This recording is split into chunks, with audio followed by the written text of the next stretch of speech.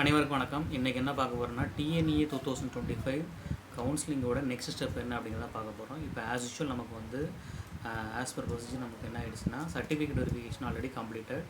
So next step என்ன அப்படின்னா வந்து இப்போ வந்து உங்களுக்கு வந்து ஒரு 1 வீக் கேப் இருக்கும். இந்த 1 வீக் அப்புறம் உங்களுக்கு 27th என்ன சொல்லியிருக்காங்கன்னா வந்து ரேங்க் லிஸ்ட் ரிலீஸ் பண்ண போகிறாங்க. அண்ட் அதுக்கப்புறம் என்ன சொல்கிறாங்கன்னா வந்து ஆஸ் பர் நம்மளோட கவுன்சிலிங் என்ன சொல்லியிருக்கிறாங்கிறத நான் லிஸ்ட் அவுட் பண்ணியிருக்கிறேன், அதை பாருங்கள். ஸோ அதுபடி பார்த்தோம் அப்படின்னா வந்து நெக்ஸ்ட் ஸ்டெப் என்ன சொல்லியிருக்காங்கன்னா நமக்கு வந்து கிரிவன்ஸ் ரிட்ரஸல்.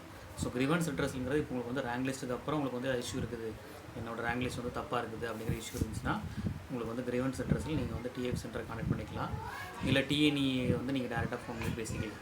ஸோ இது வந்து கிரிவன்ஸ் ரிட்ரஸல் கண்டிஷன். ஸோ இதுக்கப்புறம் உங்களுக்கு வந்து நெக்ஸ்ட்டு டேரெக்டாக என்ன சொல்லியிருக்காங்கன்னா கவுன்சிலிங்.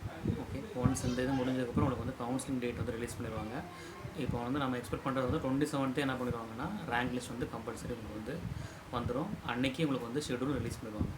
ஸோ இதில் உங்களுக்கு கிளியராக போட்டிருக்காங்க 3 ரவுண்ட்ஸ் அப்படிங்கிறது வந்து இந்த நமக்கு வந்து இன்ஸ்ட்ரக்ஷனில் கொடுத்துருக்குறாங்க. அது சேஞ்ச் ஆகலாம், இல்லை மோஸ்ட்லி வந்து 3 ரவுண்ட்ஸ் தான் வச்சுருப்பாங்க. ஓகே, நம்மளோட ஆஸ் பர் ஷெடியூல் படி என்ன பண்ணியிருக்காங்கன்னா வந்து 3 ரவுண்ட்ஸ் கவுன்சிலிங் தான் போட்டிருக்கிறாங்க. ஸோ இதில் நெக்ஸ்ட் ஸ்டெப் பார்த்தீங்க அப்படின்னா வந்து each round have 4 stages. So 4 ஸ்டேஜஸ்னால் என்ன அப்படின்னு பார்க்கலாம்.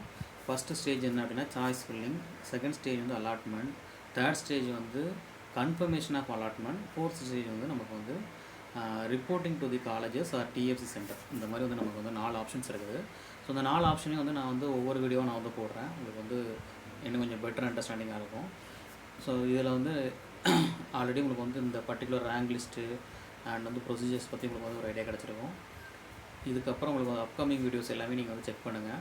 ஸோ அப்கமிங் வீடியோஸில் நான் வந்து இந்த கன்ஃபர்மேஷன் சாய்ஸ் ஃபில்லிங்கிறது என்ன, அதை எப்படி ஃபில் பண்ணுறங்கிறத நான் சொல்கிறேன். அண்ட் எவ்வளோ காலேஜஸ் வந்து நம்ம சாய்ஸ் ஃபில்லிங் பண்ணலாம், அண்ட் எவ்வளோ கோர்ஸஸ் வந்து சாய்ஸ் ஃபில்லிங் பண்ணலாம் எல்லாமே நான் சொல்கிறேன். ஸோ இந்த வீடியோ கண்டிப்பாக உங்களுக்கு யூஸ்ஃபுல்லாக வந்திருக்கும். யூஸ்ஃபுல்லாக இருந்துச்சுன்னா லைக் பண்ணுங்கள், சப்ஸ்கிரைப் பண்ணுங்கள், சப்போர்ட் பண்ணுங்கள் சேனல். தேங்க்யூ.